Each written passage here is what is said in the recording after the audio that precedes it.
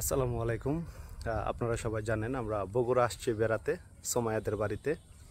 তো বগুড়া এসে আমরা অনেক জায়গা পরিদর্শন করি। এর মধ্যে আমার কাছে সবচেয়ে মনোমুগ্ধকর যে একটি জিনিস লাগছে, এই যে আমার ব্যাকগ্রাউন্ডে আপনারা দেখতেছেন, অসাধারণ সুন্দর একটি মাটির ঘর। তো সচরাচর আমরা মাটির ঘর দেখি একতলা বা ছোট একটি মাটির ঘর। তো এই বাড়িটি দেখেন, আপনারা দেখতেছেন দোতলা একটি মাটির ঘর। এবং এটি যে দোতলা মাটির ঘরটি, এই দোতলাতে নিচতলা থেকে দোতলা ওঠার জন্য সুন্দর সিঁড়ি পর্যন্ত আছে। তো বাড়িটির ভিতরে এই মুহূর্তে কেউ নাই বিদায় আমি বাড়িটির ভিতরে ঢুকতে পারতেছি না। আমি একটু ব্যাক ক্যামেরা দিয়ে দেখানোর চেষ্টা করব। এই যে দেখুন কত সুন্দর একটি দোতলা বাড়ি। তো এই বাড়িটির আঙিনাটা দেখেন আপনারা, আঙিনাটি অনেক সুন্দর। দুইজন আড়াআড়িভাবে এদিক দিয়ে হাঁটা সম্ভব, এত সুন্দর এই যে আঙ্গিনা। এই আঙ্গিনা দিয়ে হাঁটা যায় এক দরজা থেকে আরেক দরজা, এক রুম থেকে আরেক রুম যাওয়ার যে ব্যবস্থাটি। এই যে দেখেন পাশের বাড়িটি, এটিও মাটির ঘর। তো এখানকার ঐতিহ্যই হচ্ছে আসলে মাটির ঘর।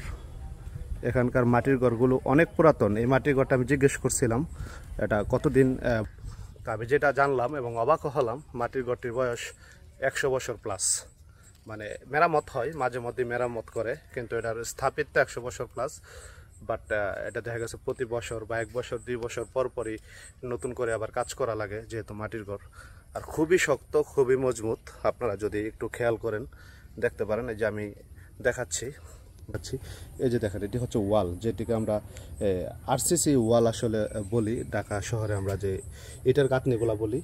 দেখেন এই যে দরজা তো তালা মারা, যে দরজা তালা মারা, দরজার বাহিরে এতটুক, আবার দরজার ভিতরে এতটুক। এত পরিপক্ত এবং পুক্ষ একটি বিল্ডিং, আর সরি মাটির ঘর। মাটির ঘর বললে ভুল হবে, এটি একটু বিল্ডিংয়ের চেয়ে কোনো অংশ কম না। আর এই মাটির ঘরটির সামনে দেখেন এই যে কত সুন্দর সবুজ গাছের অরণ্যে। কেউ থাকে না তো বাড়িতে, এই জন্য একটু অপরিষ্কার। বাট দেখেন কত সুন্দর একটু উঠান বাড়ির সামনেই। তো আমার কাছে খুবই ভালো লাগছে বিষয়টি, তাই আপনাদের সাথে শেয়ার করলাম। আমার ভিডিওটি যদি ভালো লাগে অবশ্যই লাইক কমেন্টস শেয়ার করে পাশে থাকবেন। আমি এরকম নতুন নতুন অনেক ভিডিও দেওয়ার চেষ্টা করি আপনাদেরকে। তো আমি অবস্থান করতেছি বগুড়া জেলার শেরপুর উপজেলায় চারমাথা, মানে বগুড়ার চারমাথা এলাকা। এটি কোহিলি এলাকাটির নাম, মানে আমাদের চিত্রনায়ক হিরো আলম সাহেবের বাড়ির পাশের একটি এলাকা।